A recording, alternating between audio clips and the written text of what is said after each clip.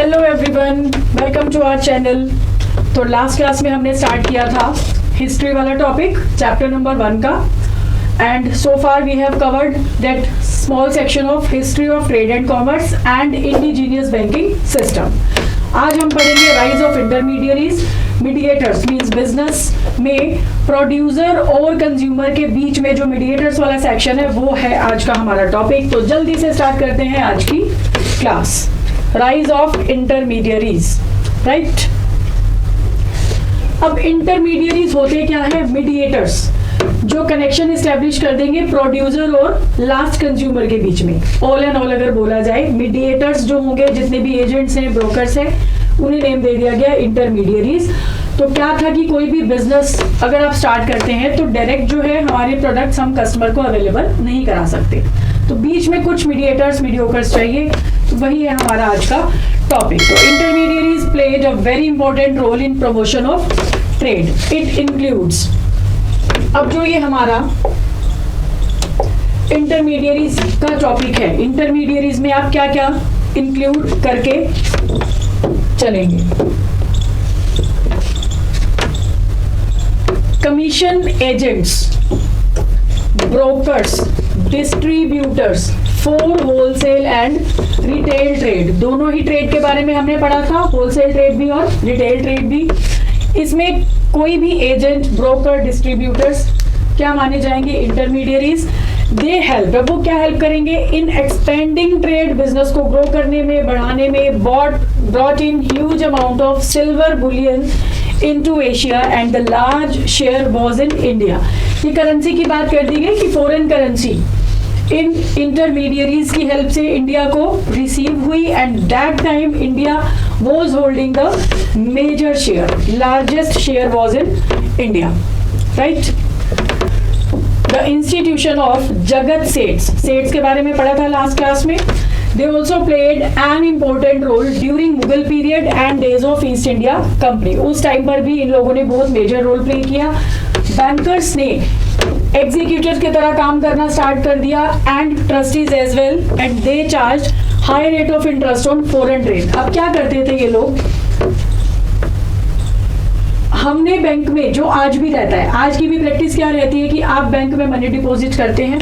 Suppose करो आपको मिल रहा है 10% के रेट से, इट्स एन एग्जाम्पल, रेट से इंटरेस्ट मिला, बट इसी मनी को जब वो वापस किसी और पर्सन को देते हैं, मींस किसी को भी, मींस मनी लेंडिंग आप बोलेंगे, वो हो जाएगा 12% पे। अब ये जो डिफरेंस जनरेट हुआ, 12% का विद दिस 10%, 2%, ये क्या हो जाएगा? उनका इनकम। और इसी इनकम के लिए I mean they are working. तो ये यहाँ वही बात हो रही है कि नॉर्मल से थोड़ा हाई रेट पर वो लोग फॉरेन ट्रेड पर चार्ज कर लेते थे interest.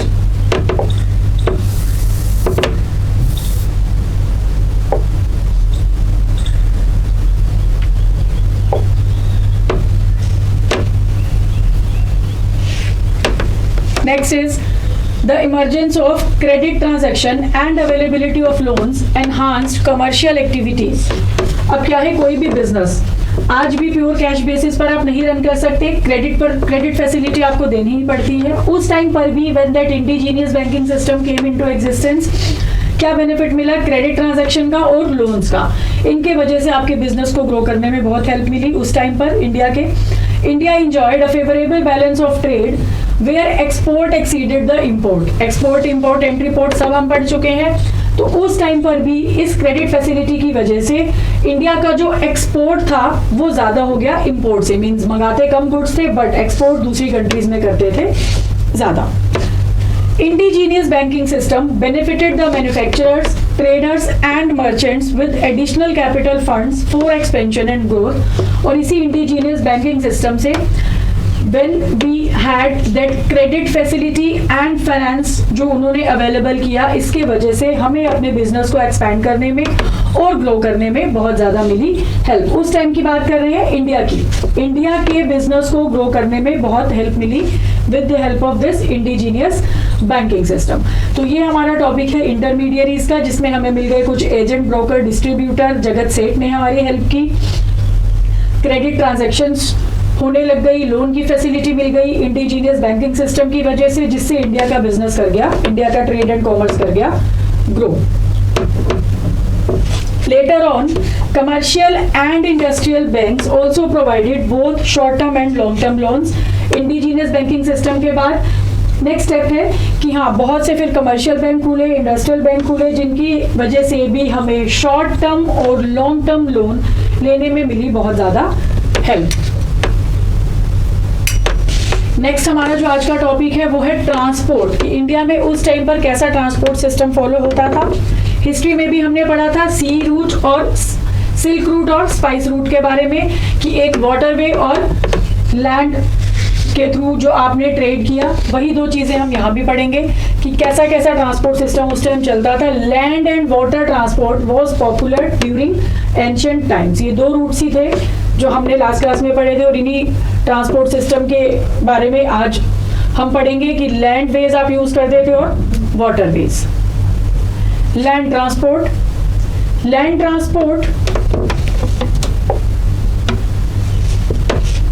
Roads had assumed a key role in entire process of growth. Roads के थ्रू मेन बिजनेस उस टाइम कैरी ऑन करते थे हम. The northern roadways route had touched from Bengal to Taxila, जो तक्षशिला नेम से फेमस था. पंजाब का कुछ है एरिया जो आई थिंक पाकिस्तान में है. Trade routes were wide and suitable for speed and safety.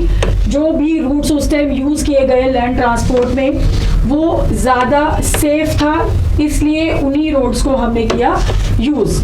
और बेनिफिट क्या था, एक तो स्पीड वहाँ अच्छी मेंटेन थी और सेफ भी थे वो वाले रूट्स. फिर नेक्स्ट हम यूज़ करते थे वाटरवेज. तो मरी टाइम ट्रेड जो हमने पढ़ा था स्पाइस रूट लास्ट क्लास में, ये वही उसी रूट की बात हो रही है. मरी time trade was another important way of global trade. Globally trading जो हमने की, दूसरी कंट्रीज से भी जो ट्रेड और कॉमर्स को हमने डेवलप किया, उस टाइम पर हमारे इस रूट ने भी बहुत हेल्प की. पेपर, स्पाइसेस की बात की थी लास्ट क्लास में कि स्पाइसेस का ट्रेड होता था स्पाइस रूट के थ्रू, मरी टाइम रूट. तो यहाँ वही बात हो रही है, स्पाइसेस में मेन हम किसका ट्रेडिंग करते थे, पेपर. और पेपर का बिजनेस इतना ज़्यादा था कि उस टाइम पर इस पेपर को हम किस नाम से जानते थे, black gold. Black gold. It was traded through this route, जिसमें जो हमने पढ़ा भी था लास्ट क्लास में स्पाइस रूट, ये वही चीज़ है. उस रूट से मेन हम ट्रेडिंग किसकी करते थे, पेपर की, which was also known as black gold. और इट वॉज, नेक्स्ट ये बहुत इंपॉर्टेंट टॉपिक है, it was in search of an alternative route. अब दो रूट तो थे हमारे पास, लैंड ट्रांसपोर्ट की बात हो गई, वाटरवेज की बात हो गई, बट हमें क्या चाहिए था, एक ऑल्टरनेट रूट भी चाहिए था. अब उस ऑल्टरनेट रूट को ढूंढते ढूंढते कि जहां से हम स्पाइसेस का ट्रेडिंग कर सके, led to discovery of America. Route ढूंढते ढूंढते हमें क्या मिल गया, America, which was discovered by Columbus. और हिस्ट्री में आई थिंक हमने पढ़ा भी है ये. Calicut coast was so popular that it was even visited by Chinese ships to acquire essential items. अब चाइनीज लोगों ने भी हमारे इस कैलिकट कोस्ट को यूज किया किन चीजों के लिए, पेपर्स के लिए, डायमंड्स, पर्ल्स एटसेट्रा. इन प्रोडक्ट्स के लिए चाइनीज शिप्स भी यूज कर रहे थे इस वाले कोस्ट को. तो ये वाला जो कैलिकट कोस्ट था उस टाइम पर था बहुत ही पॉपुलर.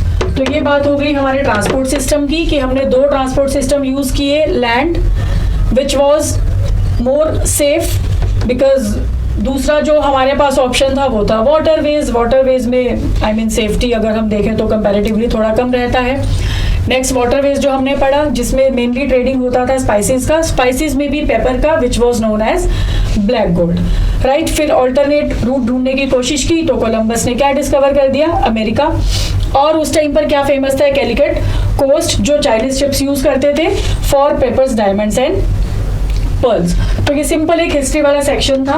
आप लास्ट वाला जो वीडियो है वो भी प्लीज देख लेना. उसके बाद कंटिन्यूएशन में इस वीडियो को देख लेना. तो पार्ट 2 का भी मेजर सेक्शन इस टॉपिक के साथ हो गया है complete. History of trade and commerce जो मैंने बोला था कंपैरेटिवली थोड़ा बोरिंग है, स्टिल हमने इसे बहुत इंटरेस्टिंग वे में किया.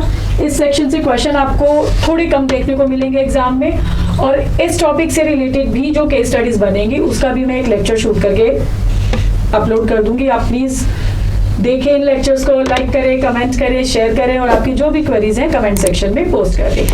राइट, तो मिलते हैं नेक्स्ट क्लास में, तब तक के लिए बाय बाय।